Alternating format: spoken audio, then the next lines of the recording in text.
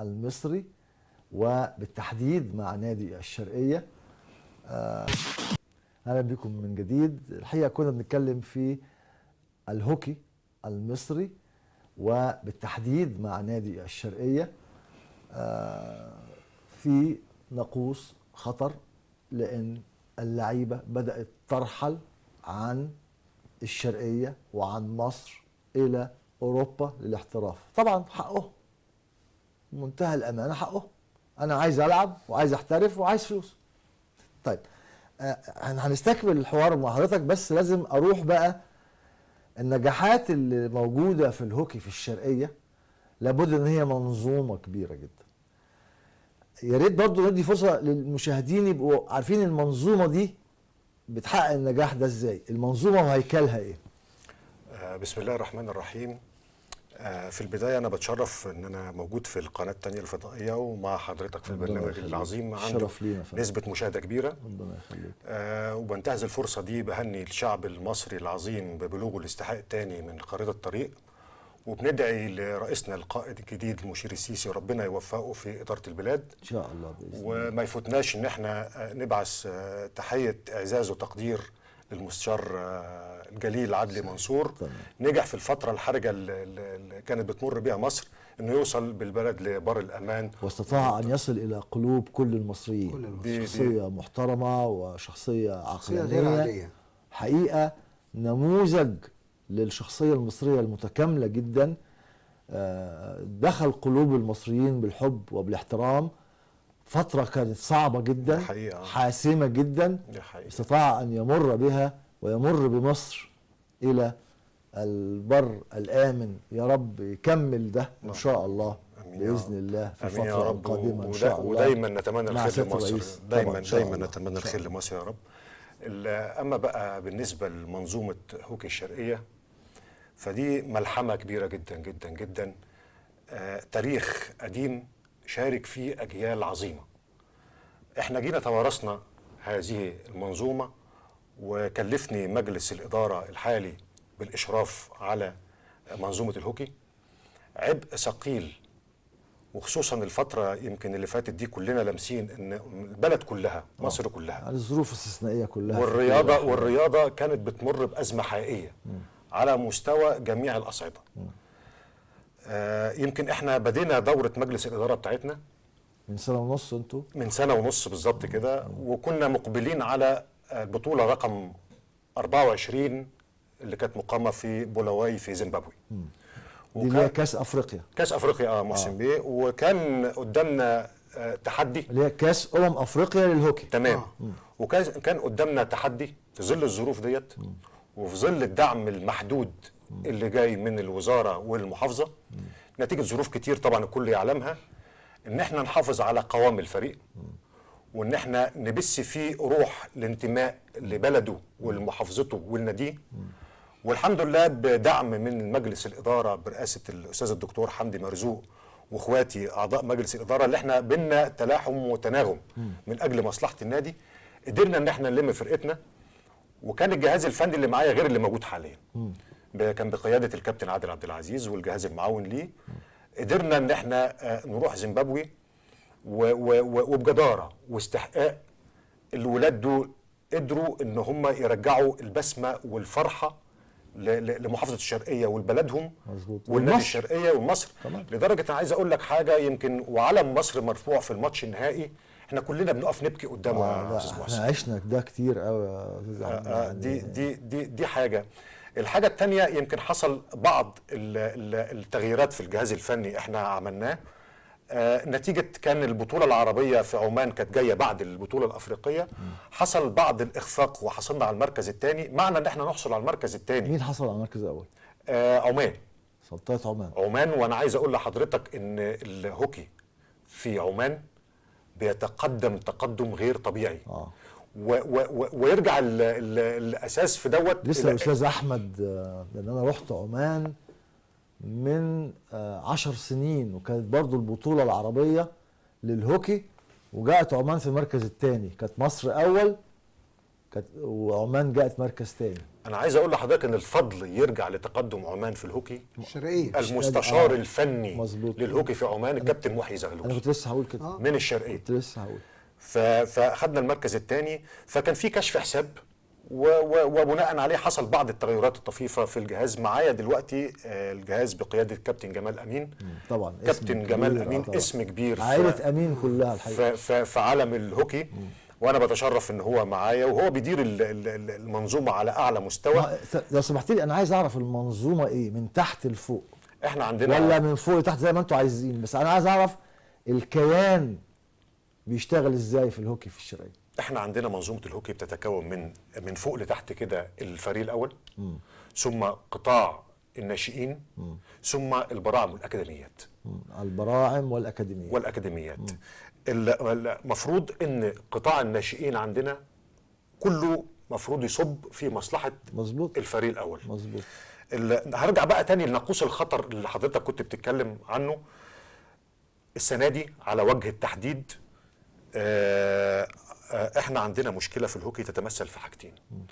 لما انا اشرفت على الفريق في بدايه الموسم كان يجب ان انا اعمل احلال وتجديد للفريق. واتفقنا ان احنا نمشي بمنظومه واحده واحده عشان ما نفرقش الفريق من نجومه مره واحده.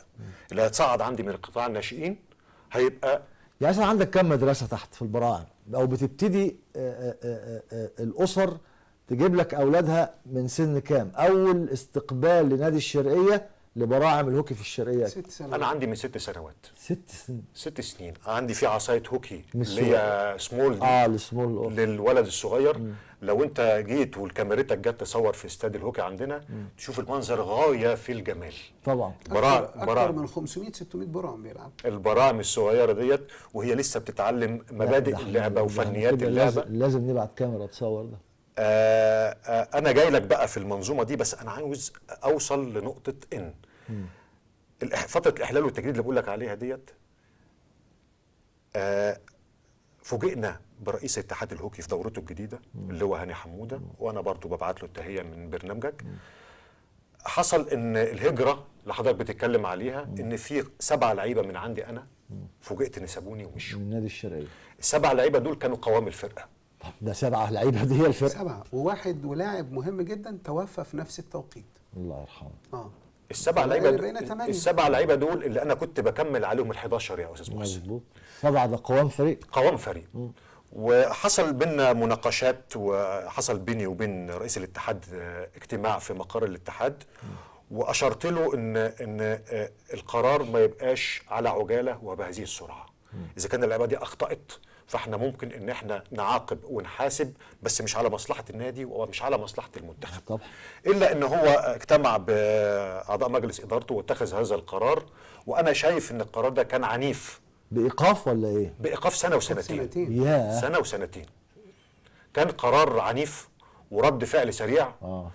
اثر عليا انا وعلى لعيبتي معنويا ونفسيا وعلى جهازي. اصبح دلوقتي قوام الفريق عندي غير مكتمل، وانا مقبل على بطوله افريقيه وبطوله الدوري العام.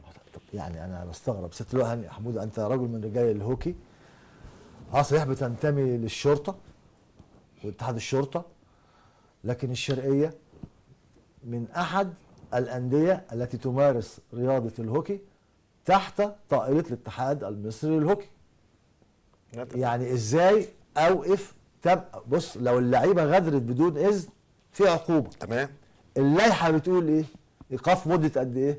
تمام.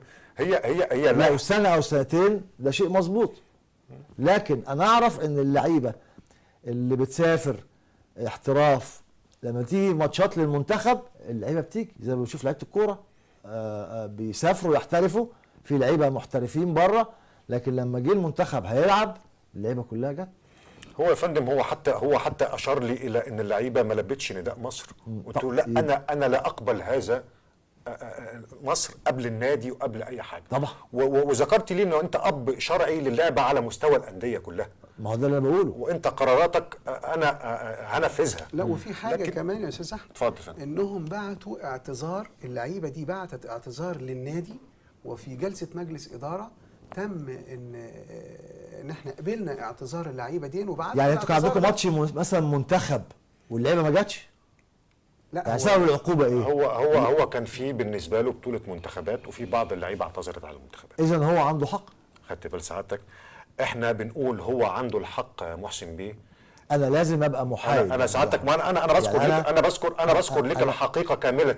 انا لازم ابقى محايد. أنا انت موجود هو مش موجود، لازم ارد بلسانه. لو اللعيبه دي امتنعت عن ان هي تيجي تلعب وتمثل مصر وتنضم لمنتخب مصر، الايقاف انا ما بلوموش، وانا داعم ليه في قراراته التربويه. بس انا بقول، وانا ببعت له رساله من هنا، تعالى يا سياده اللواء نقعد مع بعض في لجنه من جميع الانديه برئاسه سعادتك ومجلسك المحترم، نوضع من القوانين واللوائح والتعاقدات اللي تسمح بمرونه. طبعا بمرونه، بس لازم يبقى في شروط تقدر ان انت تبقى ماسك لعيبتك واعاقبه. تمام. لكن اللعيبه يعني هل العقد اللي بينك وبين اللعيبه دي مفتوح؟ يسافروا في اي وقت، يحترفوا في اي وقت، ولا في امور ولوائح لازم تبقى موجوده في العقد؟ احنا بنطالبه يا محسن بيه بالاتي. بنطالبه ان احنا نقعد مع بعض وننظم ونعمل قيود على الهجره اللي فرغت نادي الشرقيه من نجومه، واللي اتاثر بالموضوع دوت قرارات الاتحاد ده. مش اي نادي في مصر قد نادي الشرقيه، لان انا اللي بدعم المنتخب عنده منتخبات كلها طبعا، وانا اللي بمثل مصر. عشان كده انا بقول دي كارثه، دي مشكله. انا طيب. يعني لا، وعدد اللعيبه اللي بره يا استاذ احمد، ان عدد اللعيبه اللي بره تهاجر كده، عدد اللعيبه عندنا في اوروبا، في ايطاليا وفي اسبانيا وفي انجلترا وفي سلطنه عمان اكتر من 21 لعيب من الشرقيه. يا فندم، فاضل ايه بقى؟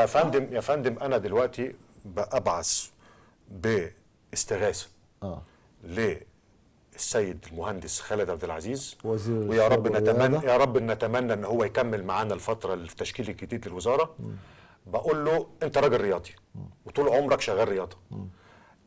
هوكي الشرقيه اللي بيمثل مصر في افريقيا ده كده في كارثه. في كارثه يا فندم. 21 لعيب بيسافروا مره واحده، بيهاجروا مره واحده، اللعبه طبعا. وللاسف يا محسن بيه الناقوس الخطر وصل لقطاع الناشئين. انا ما عنديش في قطاع الناشئين حاليا اللي ينفع ان هم يتصعدوا، ينفع اللي هو يتصعد. صعدنا في بطولة افريقيا السنة اللي فاتت 6 ناشئين، مش على المستوى يا محسن بيه، مش على المستوى يا محسن بيه. انا بقول لخالد بيه عبد العزيز، نادي الشرقية محتاجك تقف جنبي، محتاج الدعم عشان اعوض اللعيبة دي يعني ماديا. مش عايز اقول زي لا طبعا، بس عشان تقدر تتحكم فيهم. اقدر اتحكم فيهم. انا بطالبه بدعم ثابت للهوكي سنويا، ثابت للهوكي سنويا، يقف جنبي. انا اول عايزه يقابلكم. يعني انا بكلم المهندس خالد عبد العزيز دلوقتي واحنا على الهوا، يا ريت ان انت ادي فريق الشرقيه ساعتين، اقعد معاهم، مع مجلس الاداره، مع الجهاز الفني، اقعد معاهم علشان تشوف طريقه نحفظ بيها ثروه بشريه. فريق الهوكي في الشرقيه ثروه بشريه يجب الحفاظ عليها، وحضرتك 100% عارف ده اكتر مني، وعارف كل ابعاد هذه المشكله، ان 21 لعيب بيهاجروا او 21 لعيب يمشوا مره واحده، دي كارثه. اللي انا عايز اضيف لحضرتك، انا نادي داعم ليا، مجلس داعم ليا، بس النادي ليه حدود. اي حاجه ليها حدود، ليها حدود. حجم الانشطه زي ما ذكر استاذ عبد الناصر 13 نشاط رياضي. الناحيه الاجتماعيه كره القدم بتستنزف من النادي. عندك كام فريق ناشئين في النادي؟ عندي في الهوكي عندي 4. الاول مدارس، عندي مدارس، اكاديميات ومدارس، وعندي 4. عندي 4 فرق ناشئين. الفريق اللي هو اللي قبل المنتخب، الفريق الاول ده هو اللي المفروض ان هو يصب للفريق الاول، يكون اللعيبه كمان على مستوى انه اقدر اصعدهم للدرجه الاولى او الفرقه الاولى. اقدر اصعده. بس انا دلوقتي في كارثه. انا كنت في اجتماع امبارح مع الجهاز الفني للهوكي، بيقول لي ان في بعض اللعيبه غير ال7 اللي بيفكروا يسافروا كمان. طيب انا دلوقتي عايز ادعم فرقتي من بره، بلاقي بعض الصعوبات. يعني انا عندي الصيادين من الفرق طبعا اللي كانت منافسه ليا، يمكن دلوقتي بتمر بازمه. انا محتاج 3 لعيبه من عنده هناك. انا بكلم المستشار سعيد عابدين، بلاقي بعض الصعوبه، لانه بيقول لي ببني فرقه من جديد وبعمل فرقتي، هو حقه طبعا هو حقه. مش هيفرط في لعيبته وفرقته. فاذا يا محسن بيه، وعلى فكره الصيادين كان منافس في بعض الاحيان طبعا. فاذا انا لو ما لقيتش دعم في ظهري انا مش هقدر. لسه عنده مشكله الملعب بتاع الصيادين. هم نفس بيجي يتدربوا بيلعبوا عندنا. احنا عندنا مشكله في ملعبنا كمان. ما انا كنت لسه هسالكم، اقول لحضرتك هل احنا الوقت التريتان او المشكله اللي موجوده عندكم في ارض الهوكي اتحلت المشكله دي؟ لا، اقول لحضرتك احنا رافعين عمل صيانه لاستاد الهوكي، والوزاره طالباه منا، مقدمينه من حوالي 7 شهور وما جاش لنا اي دعم عليه. والاستاد بدا يتهالك، الاستاد بدا يتهالك، عاوز صيانه شامله. طبعا استاد الهوكي طبعا. ارض الملعب دي بملايين، وبعدين انتوا ولو ما حافظناش عليها عندنا طبعا مواتير بتاعه الميه، لان هو ووتر فيلد زي ما حضرتك عارف. طب يعني طب انا عايز اقول انتوا كمجلس اداره دور الجهود الذاتيه فين؟ او يعني ما فيش اي مساعدات موجوده ولا من المحافظ من المحافظه او من يعني رجال اعمال او من الشباب والرياضه؟ انتوا عملتوا ايه كجهود ذاتيه؟ والله احنا بننمي الموارد بتاعه النادي في حدود امكانيات النادي. بمعنى احنا ماشيين في كذا اتجاه. عاوزين نعمل مول للهوكي اللي هو هيجيب لنا 2.5 مليون جنيه في السنه. ايه اللي عطله فيه؟ العطله فيه ان احنا الرسومات راحت الوزاره، والمشروع نفسه كله في الوزاره من ايام الوزير العمري فاروق. اتوافق عليه ولا لسه؟ وكان هو طالب بعض التغييرات في الواجهات عملناها وراحت الوزاره. حاليا لولا وقفت معانا السيد المحافظ، وانا بوجه ليه الشكر من هنا ومن هذا البرنامج، راجل محترم، الدكتور سعيد عبد العزيز، راجل محب بشكل غير عادي للرياضه وداعم كبير جدا لنادي الشرقيه. على الدعم الزقازيق بتتغير دلوقتي يا استاذ مصر، مش داعم بس للنادي، وبعدين دخلوا فلوس وانتم مسافرين 200,000 باين، ادانا 200,000 جنيه. طبعا الزقازيق كلها بتتغير. صحيح، كل الزقازيق بتتغير، ودي لاول مره محافظه الشرقيه تشهد هذا الانجاز العظيم. طفره كبيره جدا جدا، يا ريت بيشهدها على ايد السيد المحافظ. فطبعا هو داعم لنا بشكل كبير، بس صندوق الخدمات بتاع المحافظه طبعا خاوي كمان في بنود كتير. فاحنا عاوزين مول الهوكي يخلص. ده نفسي اشوف الشرقيه محافظه الزقازيق مرصوفه.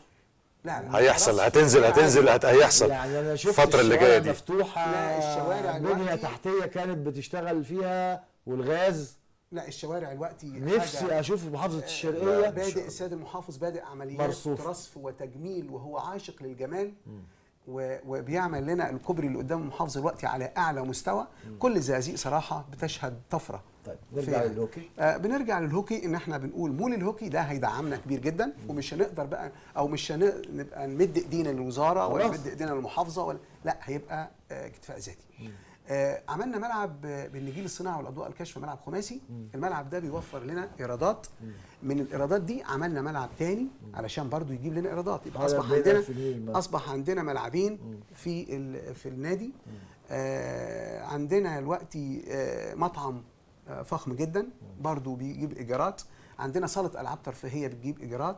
عندنا يعني ايه صاله ملاهي مثلا؟ العاب ترفيهيه للاطفال بيبي فوت والحاجات دي. طب ده للاسر اللي بتيجي اولادها نشاط اجتماعي كمورد من موارد اجتماعي وثقافي ورياضي، فاحنا منظومه متكامله. فطبعا دي كل الايرادات دي بتجيب لنا دخل للنادي. لكن يا دوب تصرف على ما تصرفش على قطاع هوكي، ما اصرفش انا قطاع كلها تمشي بس النادي كده. لكن احنا عاوزين دعم. هل نادي الشرقيه بالانجازات دي كلها ما يستحق؟ يعني لا يستحق ان الوزير يقف جنبه طبعا، ولا كل المسؤولين عن الرياضه. انا عايز ارجع في عجاله، انا عايز ارجع اقول لحضرتك في ظل الظروف اللي انا حكيتها والتحديات دي كلها، بطوله الدوري السنه دي كانت في منتهى الصعوبه. وصلنا تصفيات الدوره السداسيه، اول 6 فرق بيعملوا تصفيات على ملعب قناه السويس اسماعيليه. الشرقيه الدخان والشرطه وحديد الصلب والطيارات من الفرق المنافسه بشراسه، لان الهوكي دلوقتي تطور طبعا. ودي انديه بتصرف. وفي نسبه ممارسه اكتر. الا الا ان انا فرقتي الابطال اللي من هنا ببعت لهم تحيه، تحدوا كل الظروف ديت. ويمكن عايز اقول لك بالصف الثاني والثالث قدروا ان هم كل المباريات فوز وكسبتوا الدوري. كل المباريات البنات فوز. وفريق البنات الاول حصل على بطوله الدوري. انا عارف يعني انتوا خدتوا الدوري السنه دي بنين وبنات. بنين وبنات يا فندم. وانا دلوقتي عارف ان سياده المحافظ بيشوفنا، ببعت له رساله تحيه. هو كلمني وانا في الملعب مباشره. الحقيقه كل الاحترام والتقدير لسياده المحافظ الحقيقه، لان الدور الداعم اللي بيقوم بيه سياده المحافظ مش لفريق الهوكي بس في الشرقيه، لكن احنا كلنا نعرف ان نادي الشرقيه هو المتنفس الوحيد في كل محافظه الشرقيه.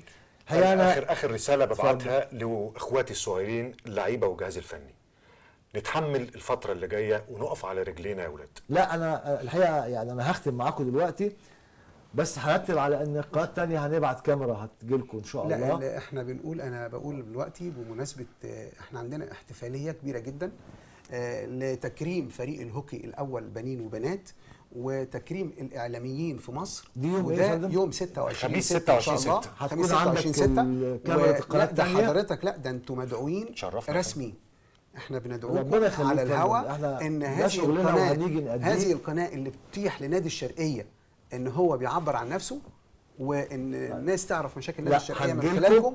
فاحنا دعوه رسميه بس حضر لي البراعم بالعصايه يا فندم كل شيء، وانا هاجي ان شاء الله باذن الله. وكل تحيه واحترام الحقيقه ليكم، ربنا يخليك، ولكل اعضاء مجلس الاداره، كل اعضاء مجلس الاداره، والدكتور حمدي مرزوق رئيس مجلس الاداره، الراجل اللي بيتفانى في شغله. وكمان الحقيقه اسمح لي اوجه تحيه للاعيبه.